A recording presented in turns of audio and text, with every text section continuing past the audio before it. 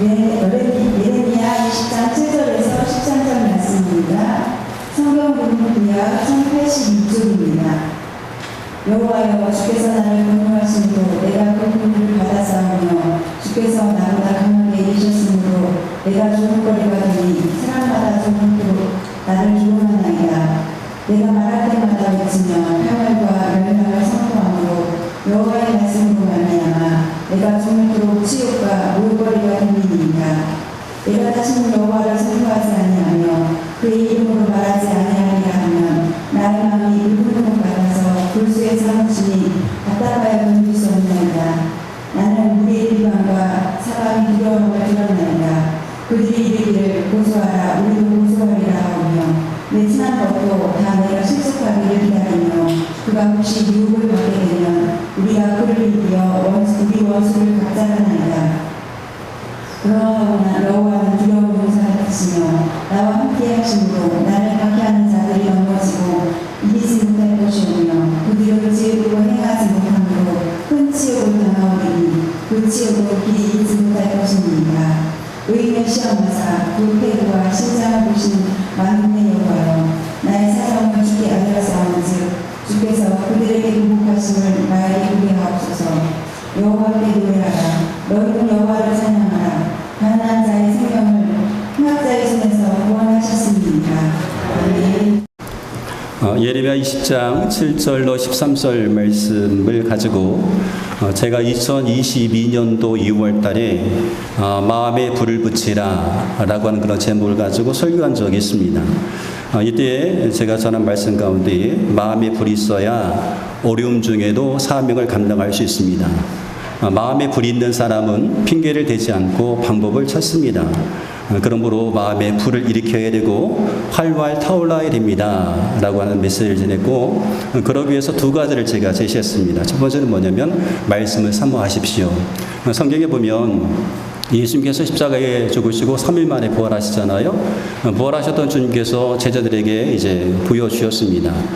그럼에도 불구하고 그 제자들 가운데 믿지 않았던 그런 제자들이 각기 고향으로 돌아가는 그런 일들이 발생을 하게 됩니다.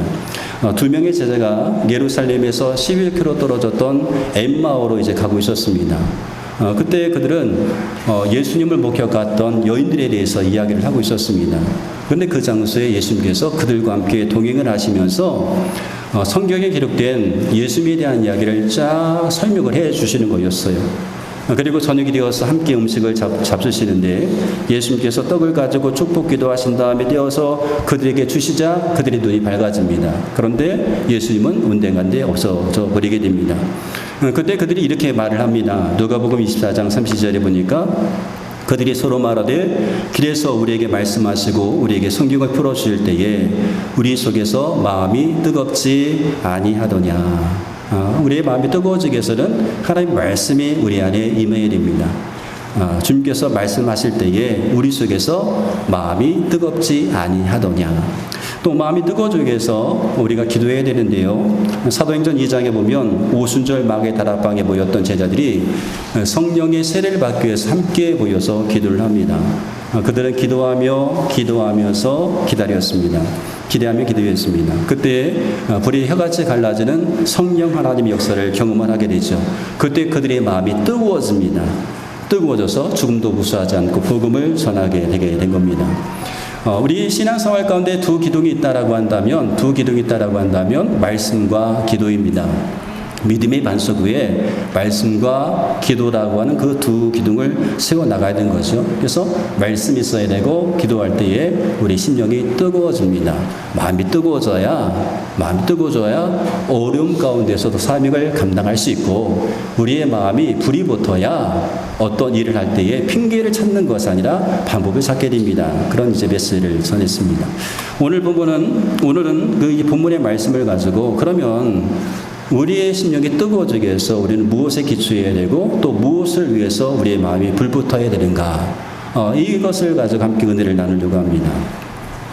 영국의 어느 극단에 배우가 되기를 소원했던 한 소년이 있었어요. 그런데 배우가 되는 것은 그때나 지금이나 참으로 어려운 것 같습니다. 처음부터 좋은 배역을 맡을 리가 없고 일단 극단에 들어가게 되면 연극 배우가 되는 것이 아니라 총수와 심부름부터 시작을 하게 됩니다. 그래서 오랜 세월 동안 총수와 잔심부름을 이제 하게 되고 그 뒤에 발딱 끼워서 단역 배우를 이제 시작을 하게 되는 거죠. 이 소년도 배우가 되고 싶어서 극단에 들어가게 되었는데 극단에 들어가서 몇 년 동안 한 일은 심부름과 청소뿐이었습니다.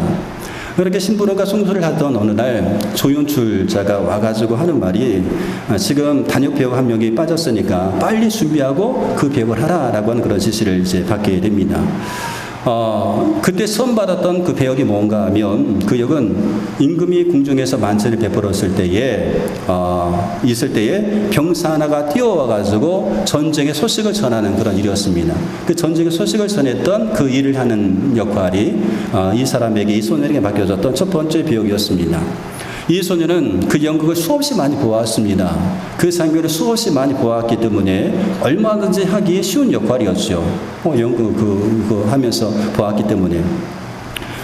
그런데 쉬운 역할이었지만 그는 그 시간을 가만히 있을 수가 없었어요. 그래서 자기 동료에게 이야기를 하고 무대에 내가 올라갈 시간이 되었으면 좀 알려달라라고 이야기하고 이제는 자기의 복장을 갖춘 상태 속에서 이제 무대 뒤쪽에 뜰로 이제 나가게 됩니다. 그리고 그곳에서 무엇을 하게 되는가 하면 그곳에서 열심히 달리기를 하는 거예요. 무대 뒤에서 열심히 뛰고 또 뛰게 됩니다. 숨은 이 턱 밑까지 막 차오르게 되고 신발은 흙먼지 투성이가 되었습니다. 금방 곧 쓰러질 사람처럼 되었습니다. 바로 그때 이제는 동료가 신호를 보내게 되었고 그 신호에 맞춰가지고 이 소년이 그 무대에 등장을 하게 됩니다. 모든 관객이 보았던 그 소년의 모습은 정말로 먼 전장터에서 며칠 밤 며칠 낮을 달려왔던 병사의 모습을 이제 보게 되게 된 거죠. 이 소년이 영국의 연극수를 한나게 올려놓았던 로렌스 올리비에라고 하는 분이라고 합니다. 자, 로렌스 올리비에가 왜 이렇게 했을까요? 그렇게 할 수 있었던 이유가 있다라고 한다면 그에게는 연극에 대한 열정이 있었기 때문에 그렇습니다. 열정이 있었기 때문에 얼마든지 쉬운 역할이었어요. 가만히 있다가 나가서 그냥 전하면 되었는데 그렇게 하지 아니하고 뒷뜰에 나가가지고 열심히 뛰고 숨이 여기까지 차오르도록 그렇게 뛰고 들어왔던 것은 그에게 연극에 대한 열정이 있었기 때문에 그러합니다. 그 열정으로 인해서 그가 할 수 있는 최선을 다할 수 있게 된 거죠. 최선의 열심을 내게 되었던 겁니다. 연극에 대한 열정이 그가 할 수 있는 최선을 다할 수 있는 그런 열심으로 이어지게 되게 되었던 겁니다. 그래서 앞에서 이야기했던 이야기는 열정과 열심이 무엇인지를 잘 보여주는 이야기다라고 할 수가 있습니다. 열정, 열심, 열정이라고 하는 것은요, 뭐 사전을 찾아보니까 어떤 일에 열렬한 애정을 가지고 열중하는 마음으로 되어 있고요. 열심은 어떤 일에 온 정성을 다하여 꿀들이 힘쓴다 그런 의미가 있습니다. 근데 이 열정과 열심의 한자를 보면 다 더울 열자를 씁니다. 더울 열자, 마음심자, 더울 열자, 뜻정을 씁니다. 그러니까 열심은 마음이 뜨겁다는 것이고 열정은 뜨거운 마음을 말합니다. 마음이 뜨겁고 뜨거운 마음이다. 그러니까 열정과 열정이 공통점이 있다고 한다면 뜨거움이 있다는 거예요. 열정에도 뜨거움이 있고 열심도 뜨거움이 있다는 겁니다. 그러니까 뜨거움이 있다는 것은 결국 뭐냐면 이 마음에 불이 있다는 거예요. 열정, 열심. 불이 있기 때문에 그러다라고 하는 거죠. 그래서 마음이 불이 붙은 사람, 열정이 있는 사람은요, 하고자 하는 일이나 하는 일에 대해서 최선을 다하게 됩니다. 열심히 한다는 거죠. 그 사람이 열정 있는 사람이고 열심히 있는 겁니다. 그러니까 열정이 있으면 열심으로 이어지게끔 되는 거죠. 그래서 마음이 불이 붙은 사람은요, 불가능한 것처럼 보이는 그런 상황 가운데서도 최선을 다하여서 가능성을 만들어내는 사람이라고 할 수 있습니다. 그래서 결국 이 마음에 불이 붙은 사람, 마음에 불이 있는 사람이 이 세상 가운데서 성공할 확률이 높다라고 하는 겁니다. 세상에서 성공할 확률이 높다. 20세기 최고의 경영학자로 알려졌던 피터 트리커라는 분이 있습니다.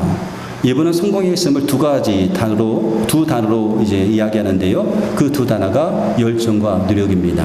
그는 이렇게 말합니다. 성공은 열정과 노력의 결과이다. 성공은 열정과 노력의 결과이다. 이 성공이라고 하는 것이 단순한 운이나 타고난 재능에 의해서 이루어지는 것이 아니라 얼마나 열정을 가지고 목표를 향해서 열심히 달려가는가에 따라서 달라진다는 거죠. 그런 제 생각에 여기서 말했던 이 노력이라고 하는 것을 저는 열심이라는 말로 바꿔도 될 것 같습니다. 열정은 우리 가운데 동기를 부여해줍니다. 끊임없이 노력하게 만드는 원동력이죠. 그리고 열심은 이 열정을 현실로 만들어주는 중요한 요소가 되게 되는 겁니다. 그러므로 그 누구든지 열정을 가지고 열심을 다하면 성공할 수가 있게 되는 겁니다. 적어도 그 사람은 다른 사람들보다 성공할 확률이 더 높다라고 할 수 있습니다. 그러나 여러분, 이 열정과 열심이 항상 옳은 것만은 아니에요. 열정이 있고 열심이 있는데 항상 옳은 것만은 아니다. 이 열정과 열심이 잘못된 방향의 열정과 열심을 가지게 되면 오히려 큰 부작용을 남기게 됩니다. 바울은 예수를 믿기 전에 하나님을 위한 열정, 자기 생각에 하나님을 위한 열정을 가지고 일을 했습니다. 열심을 이었습니다. 그래서 예수를 믿는 사람들을 막 잡아 다니는 그런 사람이었잖아요. 그는 하나님을 위한 열심이라고 여겼습니다. 그런데 그것이 하나님을 대적하는 결과가 되었습니다. 오늘 우리가 했던 이 열심, 우리가 가지고 있었던 이 열정이 하나님을 대적하는 열정과 열심이 되어서는 안 되잖아요. 내가 열정을 가지고 열심히 했는데 결과적으로 보니까 이것이 하나님을 대적하는 결과가 되었어요. 그런 일이 있어서는 안 되잖아요. 그러므로 우리가 열정을 가지고 열심을 다하기 전에 내가 지금 하고 있는 이 열심이 무엇에 기초한 것이고, 그리고 무엇을 위한 열심인지를 우리가 점검해 봐야 됩니다. 내가 무엇을 위해서 지금 열심을 내고 무엇에 기초해서 내가 열정을 가지고 있는지를 점검해 볼 시간이 필요하다는 거죠. 자, 오늘 본문에서 예레미야도 말을 합니다. 내 안에는 불이 있다라고 그렇게 얘기합니다. 예레미야 20장 9절에 보니까 내가 다시는 여호와를 선포하지 아니하며 그 이름을 말하지 아니하리라 하면 나의 마음이 불붙는 것 같아서 골수에 사무치니 답답하여 견딜 수 없나이다. 이렇게 고백하죠. 나의 마음이 불붙는 것 같아서. 세번역 성경 보면 이 부분을 이렇게 적어놓았습니다. 그때마다 주님의 말씀이 나의 심장 속에서 불처럼 타올라 뼛속에까지 타들어가니 나는 견디다 못해 그만 항복하고 맙니다. 주님의 말씀이 나의 심장 속에서 불처럼 타올라서 뼛속까지 타들어가니 나는 견디다 못해 하나님께 항복합니다. 이렇게 이제 표현을 했어요. 여러분, 예레미야는 위대한 선지자였습니다. 예레미야는 태어나기 전부터 선지자로 시험을 받았어요. 아주 젊은 나이에 이제 선지자가 되게 되었습니다. 그래서 남왕국 유다의 마지막 5번째 왕까지 이제 한 50년 동안 이제 활동했던 그런 선지자였습니다. 근데 이 예언자였던 그 예레미야가 전했던 말씀 뭐냐면 파멸과 심판이었어요. 유다의 파멸과 심판의 메시지를 전하는 겁니다. 유다가 바벨론에 멸망하게 되고 백성들은 포로로 끌려가게 될 것이다. 이것을 예언했던 겁니다. 하나님께서 유다 백성들에게 지속적으로 많은 선지자를 보내셨죠. 우상 숭배 그만둬라. 그만두고 내게도 돌아와라. 그 길만이 살 길이다. 라고 하는 이 사실을 여러 선지자를 통해서 말씀했지만 그들은 듣지 않습니다. 이제 그들에게 남은 것은 듣지 않았기 때문에 남은 것은 뭐예요? 심판이에요. 파멸과 심판뿐이었습니다. 예레미야는 이때 어떤 심정이었는가 하면 하나님께서 하나님의 백성을 심판할 수밖에 없는 하나님의 고통을 알았어요. 하나님이 얼마나 고통스러울까. 하나님의 백성인데 하나님의 백성인 당신의 자녀를 심판하셔야 돼요. 그랬던 그 하나님의 마음, 그 하나님의 고통을 알게 되었고요. 또 한 가지는 유다가 멸망해서 포로로 끌려가야만 되는 그런 동족의 아픔도 알게 되었습니다. 그러니까 두 가지를 알고 있었어요. 하나님의 고통도 알았고 유다 백성들의 그 고통도 이제 알고 있었습니다. 그래서 예레미야는요, 기도할 때마다 눈물이 그치질 않았어요. 하나님의 고통도 알았고 하나님의 백성을 심판하셔야 되는 하나님의 그 마음도 알았고 또 동족의 그 아픔도 알았기 때문에 기도할 때마다 눈물을 냅니다. 예레미야 14장 17절에 보니까 너는 이 말로 그들에게 이르라 내 눈이 밤낮으로 그치지 아니하고 눈물을 흘리리니 이는 처녀 딸 내 백성이 큰 파멸 중한 상처로 말미암아 망함이라. 이렇게 말합니다. 내 눈이 밤낮으로 그치지 아니하고 눈물을 흘리리니 눈물의 선지자였다라고 하는 거죠. 그럼에도 불구하고 예레미야는요, 동족의 미움을 받았습니다. 자기의 민족을 위해서 아파하면서 눈물을 흘리면서 기도했던 선지자, 눈물을 흘리면서 하나님의 말씀을 전했던 선지자였음에도 불구하고 예레미야는 동족의 미움을 받았어요. 왜 그랬을까요? 심판의 말씀을 전했기 때문에 그렇습니다. 여러분, 심판이 다가오고 있습니다. 여러분, 심판이 다가오고 있습니다. 라고 그런 이제 메시지를 전했기 때문에 그러합니다. 심판의 말씀과 멸망의 말씀을 전하는 것은 절대로 쉬운 것은 아닙니다. 복을 받으십시오. 얼마나 좋아요. 여러분 심판받습니다. 회개하지 않으면 심판받습니다. 하나님의 심판이 지금 다가오고 있습니다. 회개하십시오. 이 메시지가 정말로 전하기 힘든 것이었습니다. 근데 그럼에도 불구하고 멸망당하지 않기 위해서 심판의 메시지를 전했음에도 불구하고 그들은 듣지를 않습니다. 백성들이 듣고 돌이켜서 회개하면 얼마나 좋겠어요? 돌이키지 않습니다. 오히려 심판의 말씀을 전하는 예레미야를 조롱하고 모욕합니다. 그리고 심지어 죽이려고까지 합니다. 듣고 싶은 말이 아니었기 때문에 그러하죠. 거짓 예언자들은 일어나서 예레미야가 틀렸다고 말합니다. 멸망은 무슨 멸망이야? 우리는 멸망하지 않아. 우리가 멸망해도 2년이면 회복될 거야 라고 그런 메시지를 전하는 거죠. 그러니까 거짓 선자의 그 말을 듣고 백성들은 예레미야를 조롱하고 모욕하고 그리고 더 나가서 죽이려고까지 하게 되는 겁니다. 그래서 심판과 멸망에 대한 말만 하는 예레미야를 조롱하고 모욕을 하게 되었는데 이것이 예레미야에게 있어서 아픔이었어요. 예레미야 20장 8절에 보니까 내가 입을 열어 말을 할 때마다 폭력을 고발하고 파멸을 했으니 주님의 말씀 때문에 나는 날마다 치욕과 모욕거리가 됩니다. 주님의 말씀 때문에 나는 날마다 모욕과 치욕거리가 됩니다. 그러니 예레미야가 이 말씀을 전하고 싶었겠어요. 하나님의 말씀을 전할 때마다 다가오는 것은 조롱과 모욕과 그리고 나를 죽이려고 하는 것뿐인데 이런 상황 가운데서 예레미야가 하나님의 말씀을 전하고 싶었겠어요? 전하고 싶지 않았던 겁니다. 예레미야에게 있어서 그것은 아픔이었어요. 회개하십시오. 돌이키십시오. 들으면 얼마나 좋아요. 듣지 않습니다. 오히려 돌을 들어서 치려고 하는 거죠. 이것이 예레미야의 아픔이었는데 그 고통이 얼마나 컸는지 우리가 읽지는 않았지만 14절부터 18절 말씀 보면 우리가 알 수가 있습니다. 욥은 예레미야는 욥처럼 자신의 생애를 저주를 합니다. 예레미야 20장 14절 18절 말씀 보면 내가 태어난 날이 저주를 받았어야 했는데 어머니가 나를 낳은 날이 복된 날이 되지 말았어야 했는데 나의 아버지에게 아들입니다 아들하고 소식을 전하여 아버지를 기쁘게 한 그 사람도 저주를 받았어야 했는데 바로 그 사람은 주님께서 사정없이 뒤엎어 놓으신 성읍처럼 되어서 아침에는 울부짖는 고통소리를 듣고 대낮에는 전쟁의 함성을 들었어야 했는데 내가 모태에서 죽어 어머니가 나의 무덤이 되었어야 했는데 내가 영원히 모태 속에 있어야 했는데 어찌하여 이 몸이 모태에서 나와서 이처럼 고난과 고통을 겪고 나의 생애를 마치는 날까지 이러한 수모를 받는가 이렇게 이제 이야기를 하고 있어요. 얼마나 고통이 컸는지. 그래서 예레미야가 이제는 하나님 말씀 전하지 않을 거야. 하나님 말씀을 선포하지 않을 거야 라고 얘기합니다. 20장 9절에 보니까 내가 다시는 여호와를 선포하지 아니하며 그의 이름을 말하지 아니하리라 라고 이렇게 결심을 하는 거예요. 나 이제 앞으로 내가 하나님 말씀 전하나 봐. 하나님 나 속았어요. 내가 말씀을 전하면 뭔가 변화가 있어야 되죠. 변화가 없습니다. 더욱더 악해지는 것 같습니다. 나 이제 하나님 말씀 전하지 않을 거예요. 나 말하지 않을 거예요. 그런 제 마음이 있었어요. 그런데 그럴 때마다 그의 마음이 불붙는 것 같았다라고 하는 거예요. 나 하나님 말씀 전하지 않을 것입니다. 나 다 그만둘 거예요. 다 포기할 거예요. 그런데 그의 마음에 불이 있어요. 예레미야 20장 9절에 나의 마음이 불붙는 것 같아서 골수에 사무치니 답답하여 견딜 수가 없습니다. 말하지 않고는 답답하게 견딜 수가 없는 거예요. 그래서 다시 전하게 되었다라고 하는 거죠. 세 번 성경을 읽어보면 더욱더 의미가 다가옵니다. 그때마다 주님의 말씀이 나의 심장 속에서 불처럼 타올라 뼈 속에까지 타들어가니 나는 견디다 못해 그만 항복하고 맙니다. 하나님 나 그만할래요? 안 할 거예요? 전하지 않을 거예요? 라고 하는데 하나님 말씀이 내 안에 불처럼 타올라서 뼈 속까지 나를 이제 이렇게 움직이게 하는 겁니다. 내가 견디지 못하는 거예요. 그래서 어떻게 합니까? 하나님 앞에 항복하는 거죠. 그리고 하나님 말씀을 전하게 되는 거죠.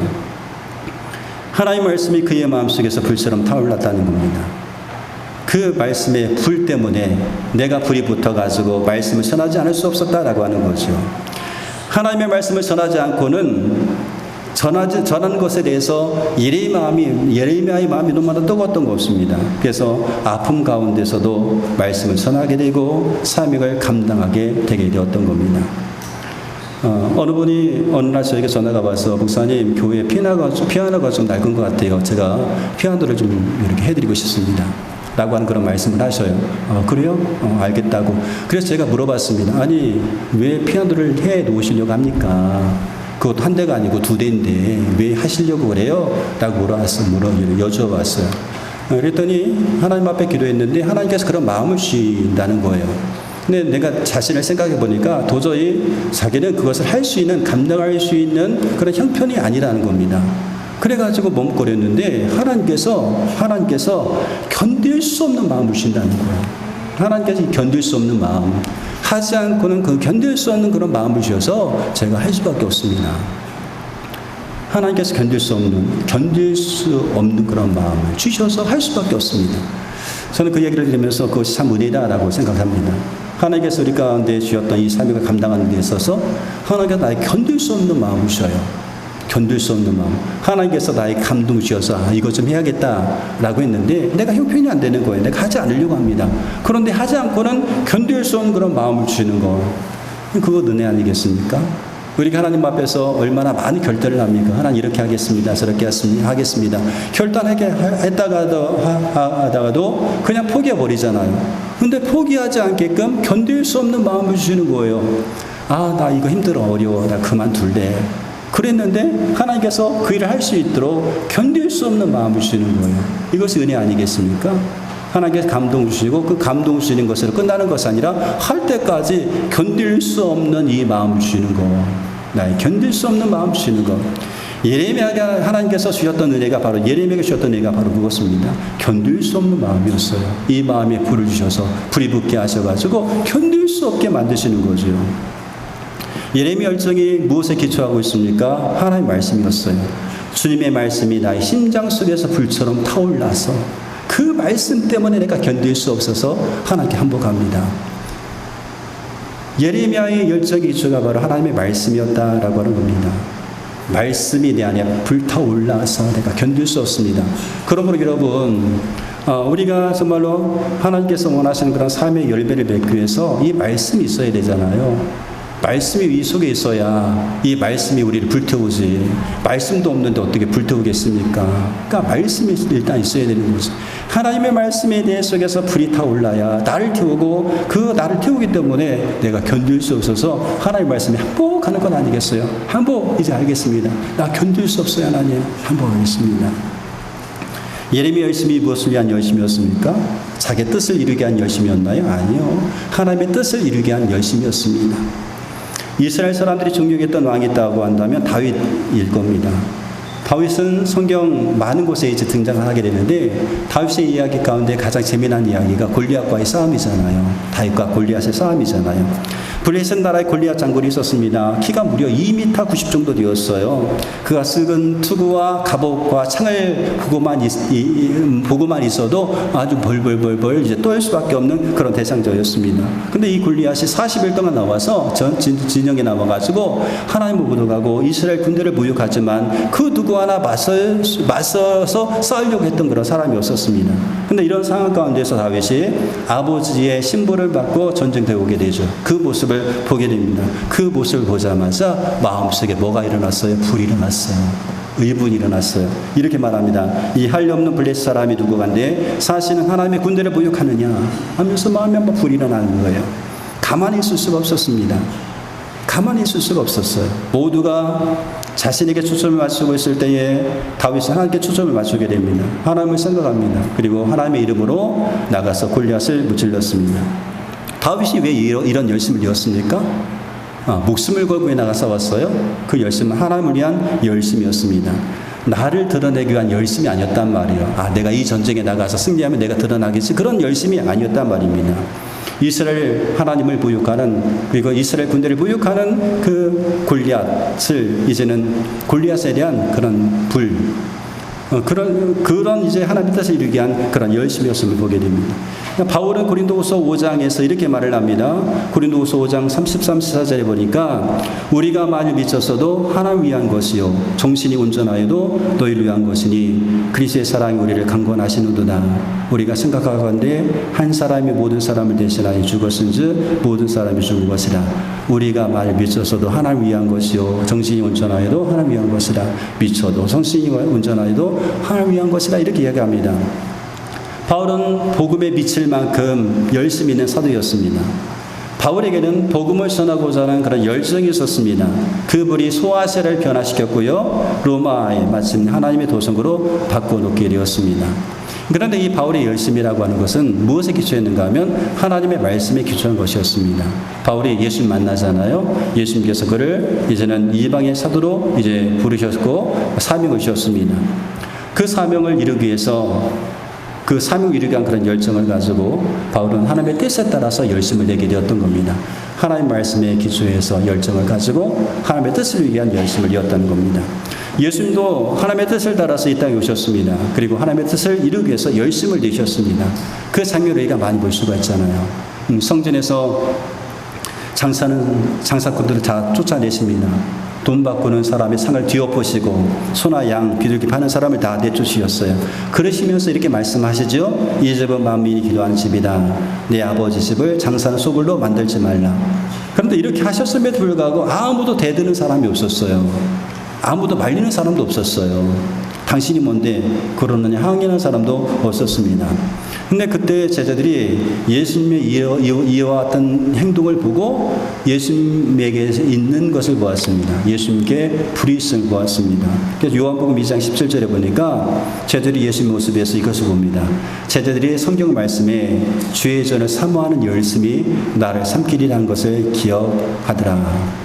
세 번역 성경입니다. 제자들은 주님의 집을 생각하는 열정이 나를 삼킬 것이다 하고 기록한 성경 말씀을 기억하였다. 열정과 열심이 예수님께 있음을 그들이 보게 되었던 겁니다.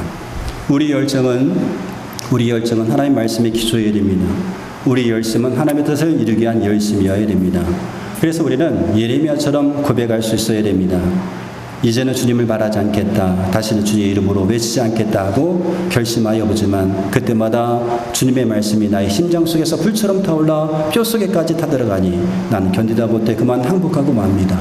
이 고백이 나의 고백, 우리의 고백이 되어야 됩니다. 세상을 향해서 세상같이 탐욕과 정욕의 욕심에 이끌려 해야 할 일을 멈추고 있지는 않습니까?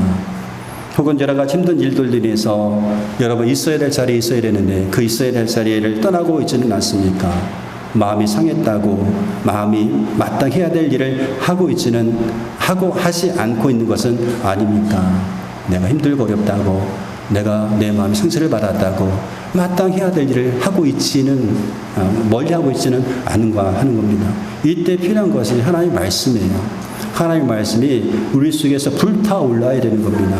하나님의 말씀이 나의 심장 속에서 불처럼 타올라서 내가 불 붙어야 되는 거죠. 그럼 내가 견디다 못해서 어떡합니까? 항복하게 되는 거죠. 우리가 그렇게 되길 원합니다. 그것이 은혜 아니겠습니까? 내가 너무 힘들어서 하고 싶지 않은데 하나님 이제 그만둘래요. 저 사람도 마음 들지 않고 환경도 마음에 들지 않고 이제 스탑하겠습니다. 어떻게 하나 그냥 구경만 하겠습니다. 그런 마음 가지고 이렇게 있을 때에 이 마음을 어떻게 변화시킬 수 있어요? 하나님의 말씀이 우리 속에 불타올라야 되는 겁니다. 그 말씀이 불타올라서 그 말씀 때문에 내가 불타오르고 결국에 가서 어떡합니까? 하나님 내가 견디지 못하겠습니다. 항복하는 것 이것이 은혜 아니겠습니까? 여러분 하나님의 말씀이 여러분 속에 불타올라서 견디다 못해서 하나님께 항복하기 원합니다. 하나님 앞에 우리가 고집부리지 말고 하나님께 항복하세요. 하나님께서 여러분에게 감동 주시고 알려주심에도 불구하고 왜 계속해서 거부하십니까? 안 돼, 싫어, 안 하겠어요 라고 거부하세요. 그럼에도 불구하고 하나님께서 계속 말씀하셔서 견딜 수 없는 마음을 주셨으면 좋겠어요. 그것이 은혜 아니겠습니까? 저 그런 은혜 받고 싶어요. 저도 하나님 나 그만두고 싶어요 했는데 견딜 수 없게 만드는 거예요. 내 마음 견딜 수 없어. 그래서 하나님 항복하고 나오는 저 여러분 되시기를 주의 이름으로 축원드리겠습니다.